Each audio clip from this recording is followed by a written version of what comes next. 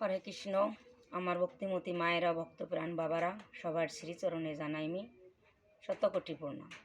আজ আমি আলোচনা করব বেদ ও গীতার মধ্যে পার্থক্য কি। আজ আমরা আলোচনা করব শ্রীমদ্ ভগবদ গীতা ও বেদের মধ্যে কি পার্থক্য আছে। আমরা জানি আমাদের সনাতন ধর্ম, বেদের প্রধান ধর্মগ্রন্থ হচ্ছে বেদ। যদিও আমাদের প্রধান ধর্মগ্রন্থ হচ্ছে বেদ, কিন্তু বেদ আমরা সচরাচর চোখে দেখতে পাই না। আমার সন্দেহ, হিন্দু সম্প্রদায়ের কতজন বেদ চোখে দেখেছি এবং বেদ কতজন পড়েছি, তাহলে আমরা কিভাবে সনাতন বিষয় সম্পর্কে জানব। কিন্তু অন্যদিকে দেখা যাচ্ছে বেদের প্রচলন না থাকলেও ভগবদ গীতার প্রচলন রয়েছে। ভগবদ গীতার শিক্ষাকে আমরা গ্রহণ করেছি, তাহলে কি আমরা বেদের জ্ঞান পাচ্ছি না? এজন্য আমরা আজ জানব শ্রীমদ্ ভগবদ গীতা ও বেদের সাথে কি সম্পর্ক রয়েছে। সনাতন ধর্ম অবলম্বন হিসাবে জ্ঞান অর্জন করা প্রয়োজন। তো ভগবান সৃষ্টির প্রথম দিকে বেদের জ্ঞান ব্রহ্মাকে প্রদান করেছিলেন। ব্রহ্মাই এই জ্ঞান লাভ করার পরে সেটিকে নারদ মুনিকে প্রদান করেছিলেন, কিন্তু নারদ মুনি তার শিষ্য ব্যাসদেবকে দিয়েছিলেন। ব্যাসদেব দেখলেন এই জ্ঞান যদি লিপিবদ্ধ না করি, তাহলে এই জ্ঞানের ধারাটা প্রবাহিত হবে না, বিকৃত হয়ে যাবে। তিনি লিপিবদ্ধ করলেন। বেদ অর্থ হচ্ছে, বেদ মানে জ্ঞান, বেদ অর্থ হচ্ছে পূর্ণ জ্ঞান। এই বেদে জাগতিক ও আধ্যাত্মিক সব জ্ঞান এর মধ্যে নিহিত রয়েছে।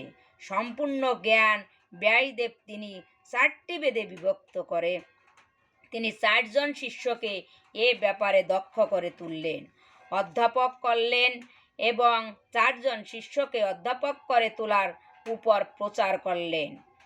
বেদের ভাষায় এতই কঠিন সংস্কৃত এবং তার উপর বেদনাগিরি, এর জন্য মানুষের কাছে দুর্বোধ্য হলো। তখন ব্যাসদেব বুঝতে পারলেন এই জ্ঞান সাধারণ মানুষ গ্রহণ করতে পারছে না, তাই তিনি এটাকে আবার 108টি উপনিষদে বিভক্ত করলেন। 108টা উপনিষদ হচ্ছে অনেক বড় একটি গ্রন্থ ভাণ্ডার।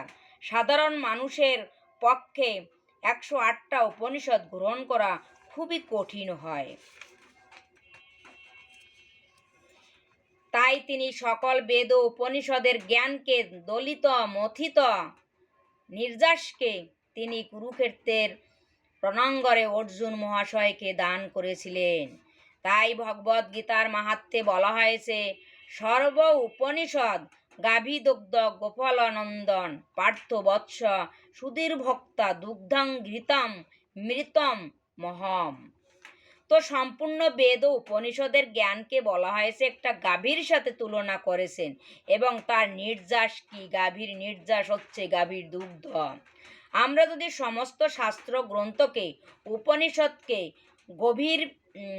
গাভীর সাথে তুলনা করি, তাহলে ভগবদ গীতা হচ্ছে তার দুগ্ধ, তার নির্যাস, এবং সেই দুগ্ধকে পান করেছে অর্জুন গাভীর বৎস হিসাবে।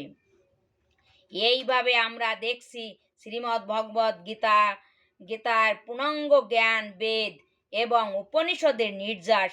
ভগবান শ্রীকৃষ্ণ দেখলেন কলিহত জীবের স্মৃতিশক্তি দুর্বল এবং তাদের আয়ু কম, এই কারণে তিনি এতগুলো গ্রন্থ পড়ার ক্ষমতা তাদের নেই।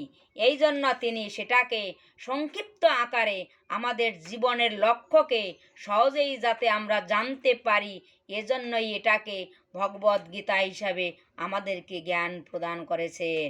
অর্জুনকে উপলক্ষ করে বেদ যদি আমরা জানতে চাই, তাহলে শ্রীমদ্ ভগবদ গীতাকে জানলেই বেদকে জানা হচ্ছে। তাই ভগবান শ্রীকৃষ্ণ আরও ভগবদ গীতায় বলেছেন, আমি হচ্ছি বেদের জ্ঞাতব্য বিষয়, এবং আমি বেদান্তকৃত মনোবেদান্ত কর্তা এবং বেদান্তবিদ। ভগবান বেদান্তবিদ।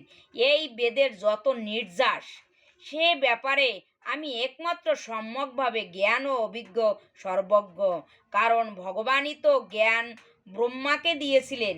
সেই জ্ঞান কুরুক্ষেত্রের রণাঙ্গনে অর্জুনকে ভগবান